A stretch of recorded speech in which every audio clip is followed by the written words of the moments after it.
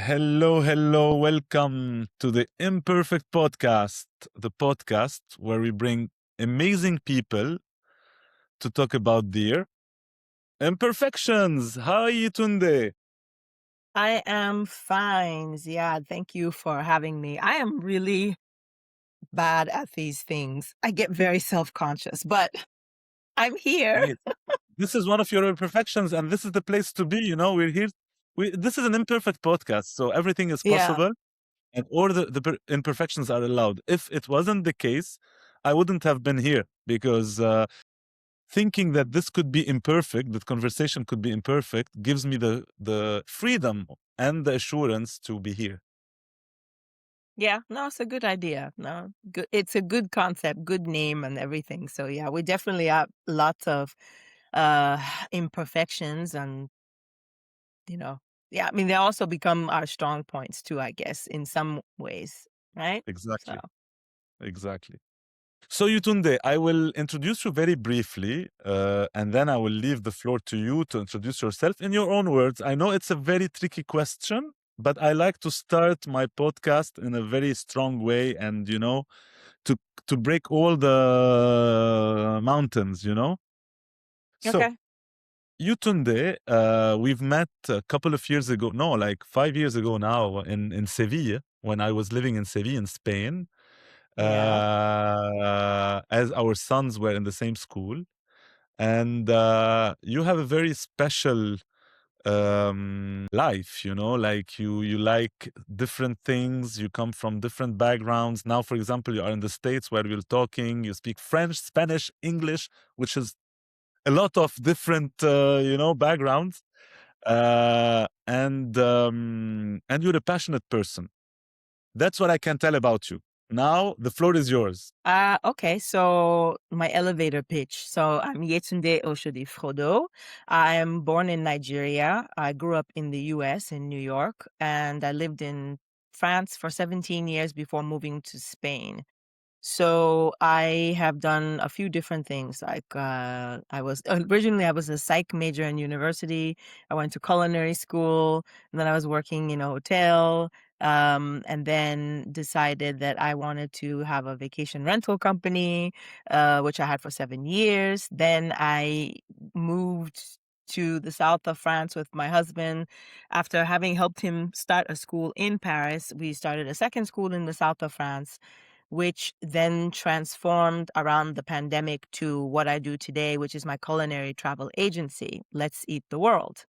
So it's a domain name I had for years, and it finally became useful to me when I thought, yeah, this is what I want to do, because I would love to go to various places where, we'd be telling the stories of the cultures through food, because I think it's the most delicious way to do so anyway. So I am CEO, CFO, everything O of Let's Eat the World. But I still remain the marketing director for my husband's cooking school, which is in Paris, called Cooking with Class, which I helped him start back in 2007. So the same year that we got married, actually. So I wear many hats, too many hats sometimes.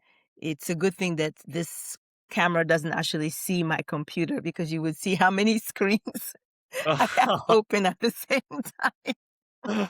It's like madness, Yeah. madness. Anyway, so that's me. So thank you for taking this break within your very busy and all over the place life to talk with me, Yutunde.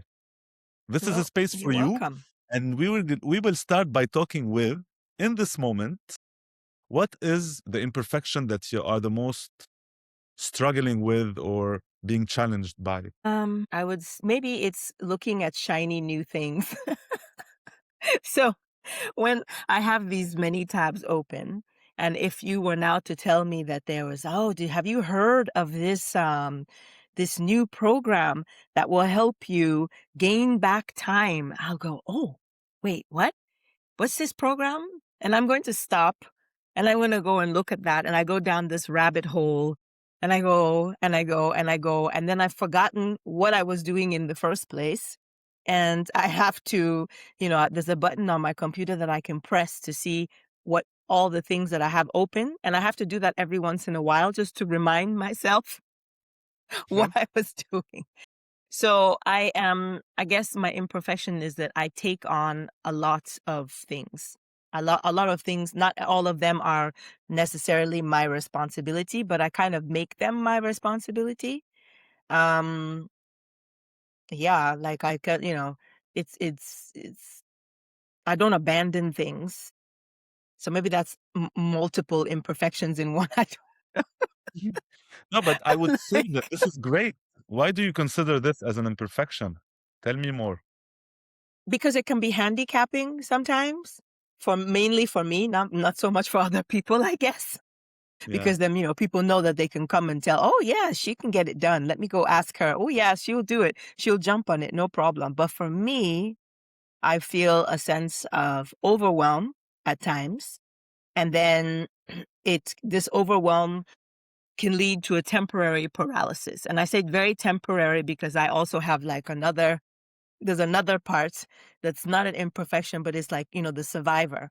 I'm a survivor. I've survived m- many things, different traumas. And because of that survivor drive, I'll take this other part and go, okay, all right, girl, that's it. Let's go.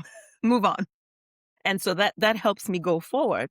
But it doesn't mean that whatever scar was created had even the time to heal, because I'm like, we don't have time for that. We have to go. Come on, let's get going. We have things to do, places to be, people to see. So let's just move. So that is how it becomes handicapping, because it can also be draining. Every once in a while, I'll hit a wall, and then like, okay, well, that's it. We're not moving forward anymore. And the number of tabs that I have open, I think is a clear indication to the number of things that are happening in my head. Um, and I'm a very visual person, so I have a visual image of what all of those things are. But I think as I'm getting older and as I'm entering this new phase of my womanhood, it's like that the fog is coming in, and I'm like, wait a minute, what happened? Why did I just go downstairs? What am I looking for? Who called me? So it gets a little bit confusing. So all the way that my mind worked before is in clouds. That's what I was saying to one of my cousins when we're talking about this, and she was like, this sounds a lot like ADHD. And I said, I don't have ADHD. Nobody's ever said that I had ADHD. What are you talking about? And she's like, yeah. I go, isn't it normal for people to think this way? Mm. Like, I don't know. I don't know anything else. So And Yetunde, do you feel yeah. also that because you're on multiple things, do you feel that you're not being able to finish a lot of things, or you finish them? No, I do. I finish. No, there's quite a number of things I do finish. Um, but there's also a lot of things that I just never even get to. I mean, for example, I give you an example with my business. I've been saying that I need to increase my visibility for my business. And for that, I need to get into some ads. Now, one would say, "Oh, all you have to do is just call somebody; they can do ads for you." Okay, I've done that, and it has worked to varying degrees. I have not been super excited about it because I felt like I'm spending all this money and I'm not seeing anything. So I decided, okay, guess what we're going to do, because we don't have enough on our plate. I'm going to create an ads GPT. Yes. Now, my business mentor said, that is a really great idea. And I'm like, yay, she's in my corner. Let's do this. To this day, I still have not created this thing because I said, okay, well, before I create that, I have to clean up some things. So let's start cleaning this thing up. So I'm cleaning it up and I'm going, and the cleanup is great. I mean, it is necessary. And I'm going. And then, okay, another week has gone by. Did we create that ads GPT yet? No. Okay. Well, Oh, there's another little piece I have to put in there. Okay, let me fix this. And I keep fixing, fixing, fixing, fixing. Um, and I haven't gotten to the particular results yet. Now, another a counter example of when I do get things done is, so if I have clients coming on a tour. I have to prepare the schedule. I have to send out the emails, and I will get that done. So there's like two parts of me. There's the executor, and I will get things done. I'll check it off my list. I There was one strategy that my mentor had taught to all of us about time blocking, and I don't function with time blocking. I can't. I've tried it. It doesn't work for me. Yeah. I'm better with lists. I just I just write down all these things that I have to do, and maybe occasionally I remember to check them off. Check, check, check. Done, done, done. The time blocking doesn't work for me because it's if I say, "Oh, I'm going to do this between 12 and 12:30," there's no way I'm stopping at 12:30 to move on to something else if it's not done or it's not done the way I want it to be. So it doesn't my brain just can't do that. It just I mean, I'm sure there's ways I could learn to do that, but it just, it's just not my thing. So I just function in a different way, and I'm fine with that. Um, so if the task that I need to get done benefits other people, so this is interesting because I didn't think about this before, but I think if the task will benefit someone else, I'm more likely to get it done. If Mm. the task will benefit me, it's like, I might get it done, Yeah. maybe. Yeah. But Yetunde, I feel depressed now because I Oh. see exactly myself in this. I'm sick of seeing all the imperfections in me. But I understand you. For example, now in my at work, I have so many things to do, and I have since beginning January, I have to do my own appraisal, like performance appraisal, and Yeah. it's in 1 week, and I keep delaying it, delaying. At some point, one of my mentors also told me, "Hey, Ziad, be careful. You're delaying the things that you want to, that are good for you, and you're doing the things that are good for the project or for other people." And you know what, Yutunde, the trap, where is the trap of this? Because you overachieve and you can do a lot of things at the same time, and this attracts more things to you, and you attract them in a way because you're calling everybody, "Hey, come," without even doing it, but they can sense it, and then it Yeah. becomes your trademark, and that it becomes the reason for in my mind, at least, it becomes the reason why I succeeded so far, and this what makes me successful today. So it's very difficult for me to let it go, although I'm conscious that this is not serving me at the end. So do you have the same feeling?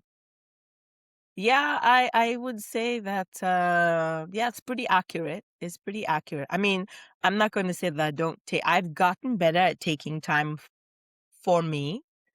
And dealing with the feeling of like feeling guilty that I'm doing so, but I mean for my own mental health I have to do that. But if I have this it's just a sense, and it might be just my impression that someone is depending on me, and honestly the person on the other hand maybe doesn't even care less.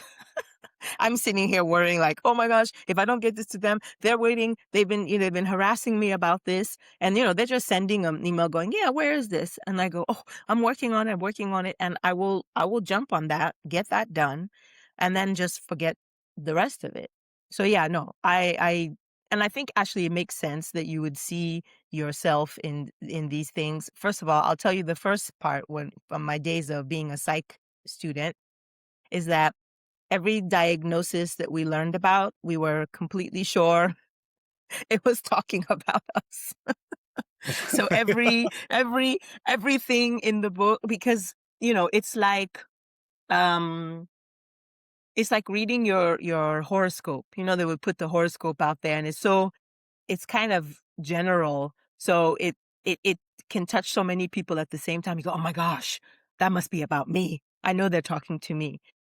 Maybe it's a bit of our narcissism. We think that somehow it's everything is about us in a way. The story has to be about us, but I think it's a way for us to survive and also for us to connect. So it's when you're already, and I think that you are a person who's an empathetic person, you are going to immediately see, you put yourself in the other person's shoes. The first thing that we try to do when someone is relating a story to us, I mean, if, depends on your personality, I suppose, is try to see ourselves in that. Like, how would I feel in that situation? What would I do in that situation? And it helps us gauge how we should respond. When someone is telling you a story that's completely eh, unlike you, it's usually not a person who's in your circle. So if these people that you've met with are already people in your circle, there's a reason that they're there, and you're already attracted to them for that reason, and you share these character traits, one of your layers of your onion peel layers. Mm. So all 20 of those people, if we huddled together, maybe it would create Ziad. I don't know. Yeah, and to your point on horoscope, I sometimes, a lot of times when I read it, I like to read horoscope, especially when I'm not doing well, so I can get some motivation, but sometimes it doesn't work in this way. But every time I read it, I'm like, yeah, this is great, this is exactly me, and then I say to myself, hey, but wait, read another horoscope. For example, Gemini, I'm Cancer. Read Gemini or read Yeah. Leo. And I know in the deepest part of me that if I'm in a reception state, I would also relate with these other horoscopes. But because I'm not receptive, and this is all the conditioning, all the, like the conditioning, we create our own life, we create our own world through our mental and mind, and thoughts and emotions. And it depends how receptive we are so that we attract a story or we believe a story. It depends a lot on us also. So, it's Yeah. funny that you brought this up to the surface. But Yutunde, now that we are talking about that, what are the situations in your life where you feel the most pressured to be perfect? Being a mom could be one for sure.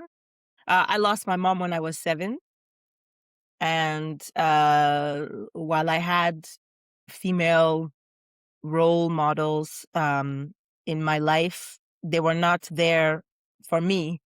They weren't mine. I mean, they didn't belong to me. I was borrowing them from other people, so it wasn't the same.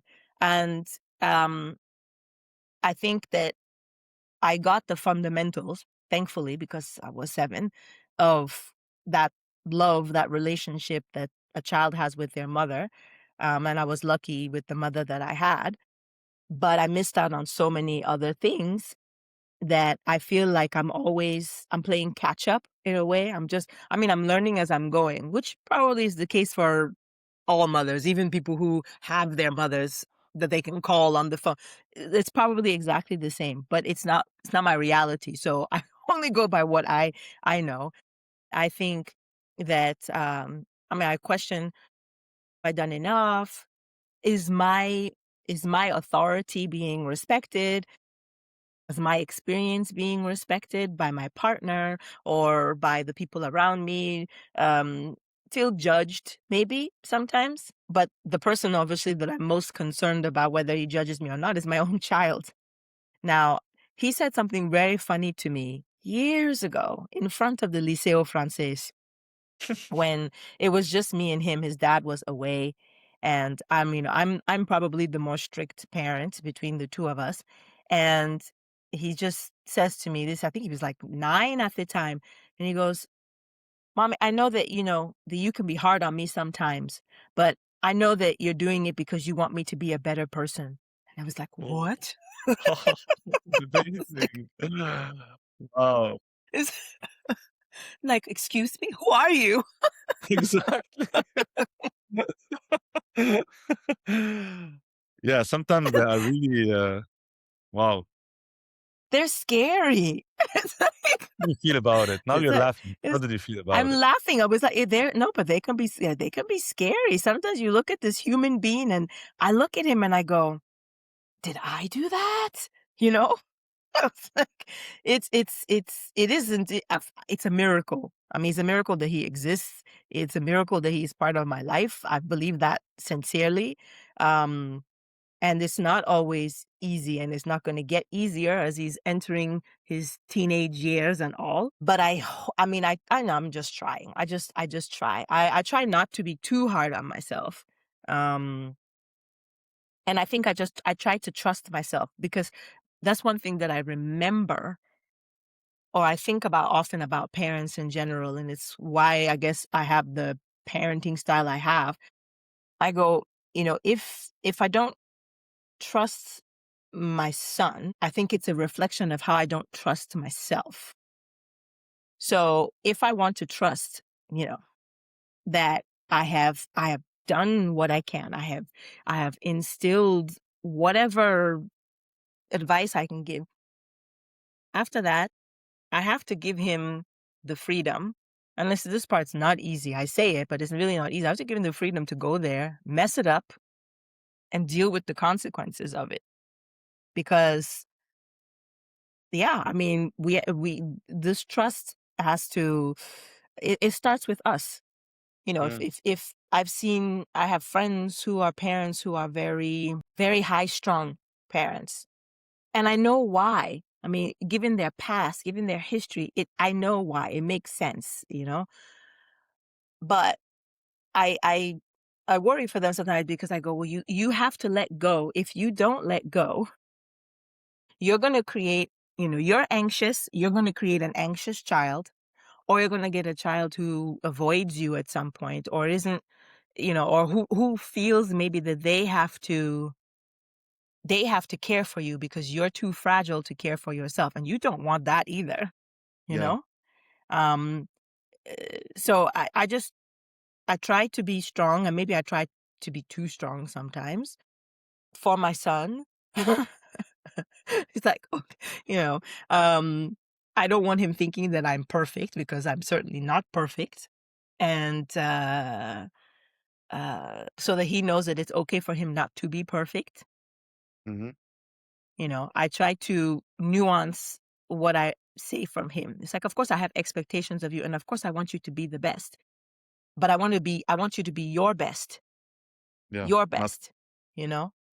Um, So if you think that you've done your best, tomorrow just try to do a little better. That's it. Mm. Just, Yeah. one, just keep increasing it a little bit. Yeah, funnily enough, I was listening to a video today from an Indian BK. I don't know. I'm listening to a lot of videos of her in this moment, and she's brilliant. She speaks about our mind, how we control, how our thought control our world, how attachment drive a lot of our actions. And she was talking about this specific topic about us and our children, and how when they are not feeling well, if we also are not feeling well, we cannot help them. But how it is difficult today to let our kids do the mistakes they would do, mess it up, as you were saying, and not feeling good and deal with the consequences, and us feeling good and being happy even when they are doing this. Because if we are feeling down, they will not come to us at the end of the day to, as you were saying, and Mhm. we need to be supportive. And if they are low like this, we can be high like this, but we can also be high like this for them to come up. So it's very interesting. It's very difficult to do, easier said than done. But it's all about also our attachment to them, attachment to the outcomes of what we do. And I'm working a lot on these elements in this moment.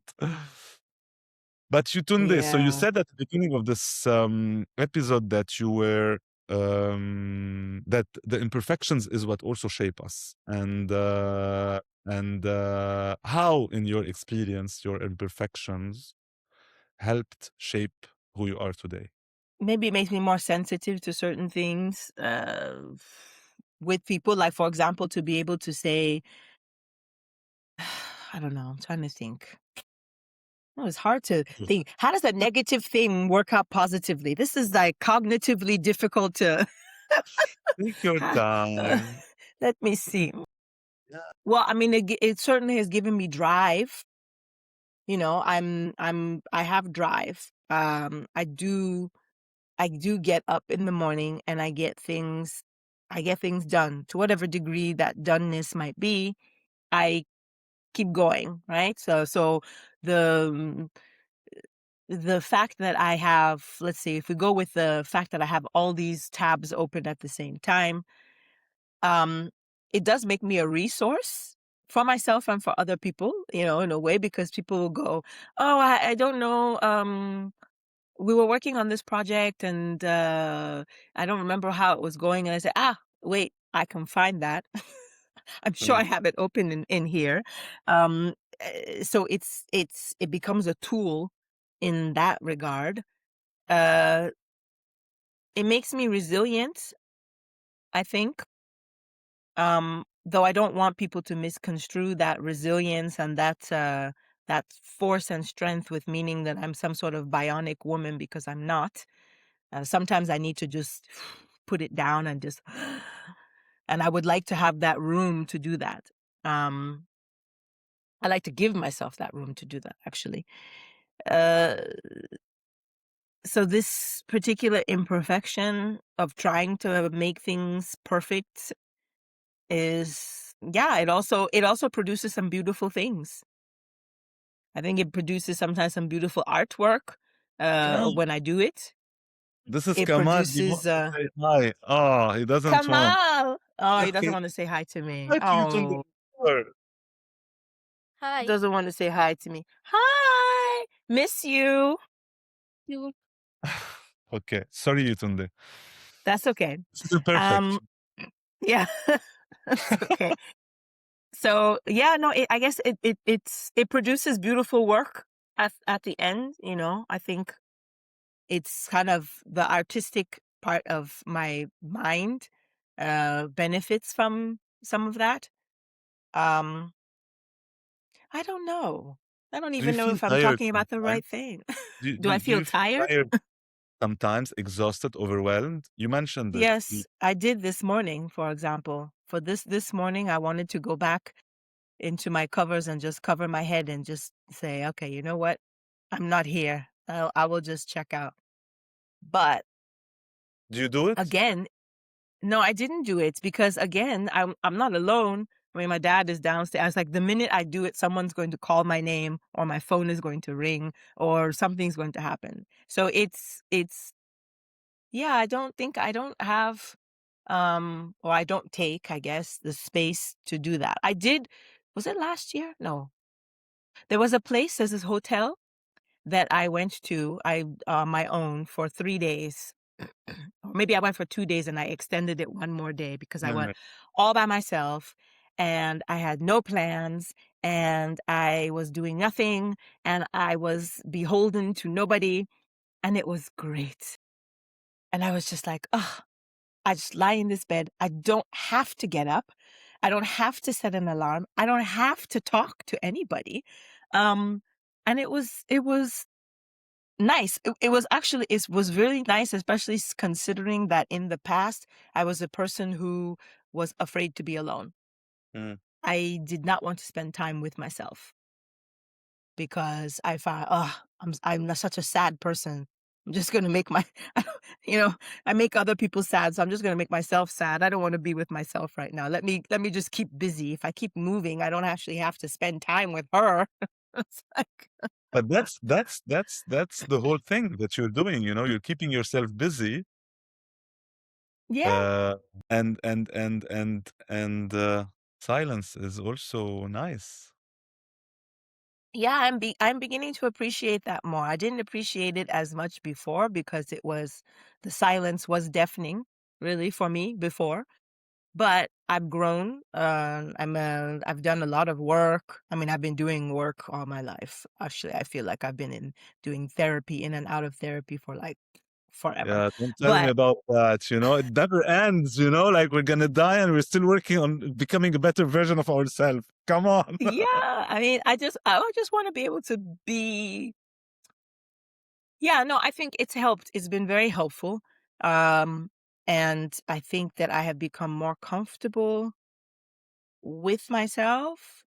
Um, I don't know. I mean, I have doing things alone doesn't scare me as much as it used to. So it's okay. I mean, I've traveled alone, for example, which is something that I wasn't really doing before. I mean, I Not, did. Well, actually, I not did when I everyone was does. a young adult. Actually, I did. I traveled. It was the first time I traveled all by myself, backpacking through Europe by myself. Oh, just France, actually. And that was unique. I mean, it was fine. During the day, it was fine. At night, it was a bit boring. Yeah. I'd go to bed early. I'm like, never mind. Go to bed. Yeah. But yeah, no, putting myself out there like that is like, I mean, I know that I seem to people like, oh, she's so extroverted. La, la, la. She's so sociable. And I am, but it takes an effort Of course. to do that. I mean, I push myself to do these things because, well, I mean, it's necessary. Um, and I know that in the end, I do enjoy myself. So if I can get over that first go, I don't want to, Yeah. then okay, I can do this. It's fine. Um, And yeah, I mean, Yetunde? like what? Yeah. Yeah. No, No, because I was just thinking of this one new thing. I've got a new project that, so we're all supposed to select projects with my mentor. And I didn't know what to pick. I'm like, oh, I have no idea. I could do all of these things. And I said, what if I pick multiple? And she goes, you of all people do not get to pick multiple projects. for And I'm sure. like, what? Why? No, no, no. One. I said, okay, fine. And then I said, well, I need to be out there. I need people to know about my company because I think what I have is great. I think people like what I do. People return for what I do, but I don't have enough people, knocking on the door. I mean, I have lots of people who want to collaborate with me or want me to sell their thing, and I'm like, that's nice. It's nice that they find me. No, I need I need the customers to find me. Clients. So she said visibility. And I said, oh, okay, visibility. So I'm thinking writing, just thinking things, I can write some things. And she says, no, YouTube. And I was like, excuse me? Me? Why? I was like, why are you doing this to me? She's like, yes, YouTube. I'm like, no. Yetunde, you have a very busy life, working on so many things. You, like all of us, live in a world that is obsessed with perfection. Everybody wants to be perfect. Social media, YouTube, TV, na na na. What do you do to keep yourself sane in this environment? Well, I don't know. I guess I changed what my benchmark of perfection is. Like there's certain things that are not worth my time. They don't interest me at certain levels of perfection. I used to be an academic perfectionist, for example, and I let that go a long time ago. I mean, I labeled myself as an overachiever. I was like an overachiever. I'm proud of it. Mm. Because that was who I was, but I don't regard school the same way that I used to, for one thing. I mean, I think to some degree it's to the benefit of my son that I am no longer that person because I'm like, I mean, it's like, yeah, I mean, those things are important. I'm not saying it's not important, but I don't give it the same weight as I used to. What I do, I guess I talk to other people.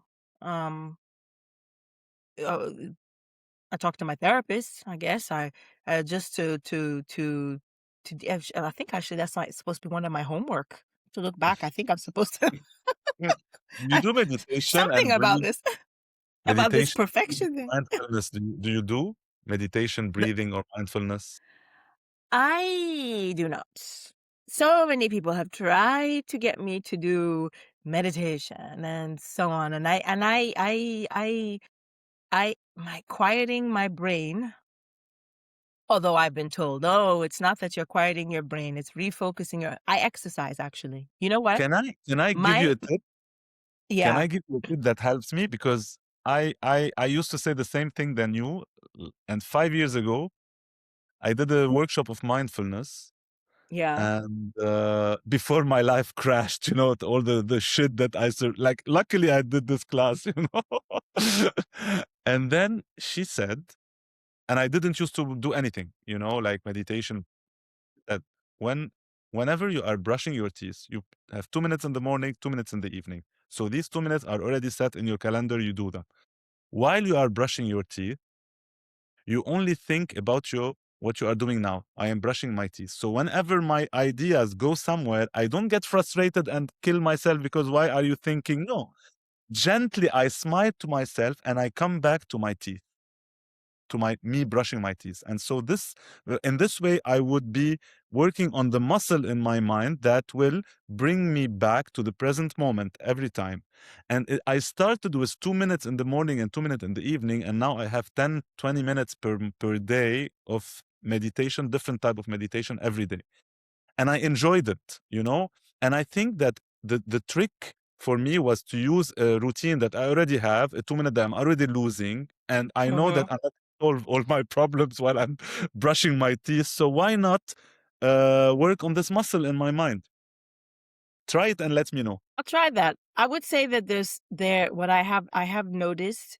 I mean, I guess I'm trying to define like what is a person's state of mind when they're in the state of meditation, because I started last July, I think, walking. So I go and I do, in the beginning I was doing like 3 kilometers, and then I went all the way up to 8 kilometers of walking. Um, and I was just, at first I did try to go with my husband, but he didn't want to go because I'm walking fast. So I'm Even doing walking fast. speed walking. No, we're not. I'm speed walking because I'm trying to also, get Exercise. some cardio going. And I began to notice suddenly that my mind would just, it was as if I was going, Mm, I don't know, I felt like I was dreaming sometimes when I was on these nice. walks. Like I didn't know, I'd suddenly look up and go, oh, this is I'm where I here. am. Yeah. So if, if, the way that most people talk about meditation is like you're sitting in a quiet room, da da da da. Da.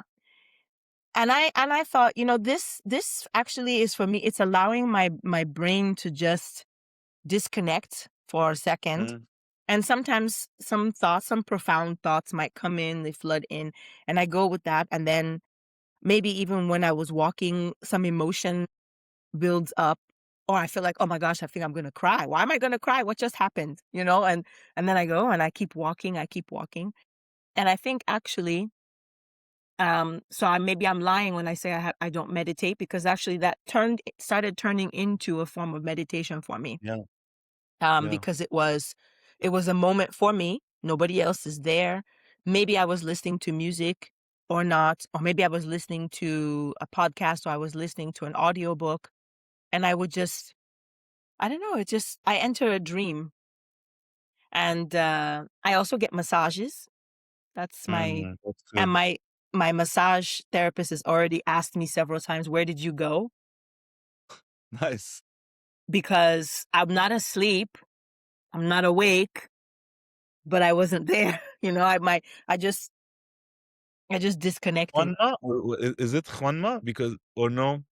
No, because It's no, Pedro, no, Pedro at Sensations. So I go there and I get my shiatsu massage, and during my nice. shiatsu massage, that's my Mm. disconnect. Yutunde, if first of all, I congratulate you because I feel that you have calmed a lot if I compare to the beginning of this episode and Probably. now. And this shows also how much control you have over your own energy, and you are doing it, So congratulations. Thank Second, you. if anyone is looking at us now and feeling this overwhelm of doing so many things, achieving so many things, uh, and being caught in this multi window syndrome, what would you tell them? Go for a walk. I'm not kidding. It's like, go for a walk, silence the phone, and just I don't know, be with yourself for a second. Writing also is something I used to do a lot of before that I have resumed in some ways, although I find like all these years of typing, I can't write anymore. My hands are like the muscles in my hands aren't are the same as they used to be from writing. But writing was also my way of channeling my energy a lot. I mean, I have a box like this big of old journals that I Amazing. wrote all the time. And Sadi? Well, yeah, they're in Sevilla, and I haven't gone and looked back at them. I mean, I brought them with me from the US. I've carried them all over the place. Yeah, Nice. yeah. They could be used as weapons against me. I don't know. That's good. There's a lot in there. There's some things I've looked at some of them, and I looked at it, and I cannot even recognize the handwriting because I was in such a state of anger Mm. sometimes when I was writing, and it was like, Yeah. and I had to, and it was so, um, while all of those things I think don't fall into the traditional sense of meditation, they were my form of it's like channeling. I mean, I think the idea is to be able to channel your energy somewhere. And that's what I did. I was channeling my energy through my writing. Then when I started taking art classes as well, like I find myself focused, Mm. but concentrated, which is very different from all these tabs open on my computer. I'm Yeah. focused on this one thing. So Yeah. it could be the writing, it could be painting a picture. Um yeah, or it could be when I used to be in the dark room when I used to do photography. Those 4 hours that I would spend in there it was just, I was in a different place. So those are my channels. Those are the things that work best for me. I can't see myself sitting in a room with a group of people do it. I know that that carries an energy, but I'm not in that place It's okay. yet for me. Yeah. No, but you could decide not to be in this place at all, like as you said it works like each technique works for differently from a person to another. So and so yeah. So I would say, so I guess my advice would be that don't judge yourself on the scale of somebody else's zenitude, like, Yeah.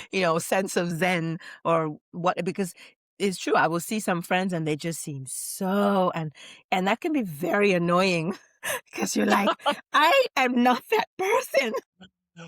Yeah, but like even if they seem this way, it doesn't mean that they are this way, Yeah, also. I know looks can be deceiving, but when you're just looking at it, when you judge it on the surface, it goes, damn you for being so damn chill. Yeah. And then there's that like little devil in you that just goes, I just want to poke a little bubble in that.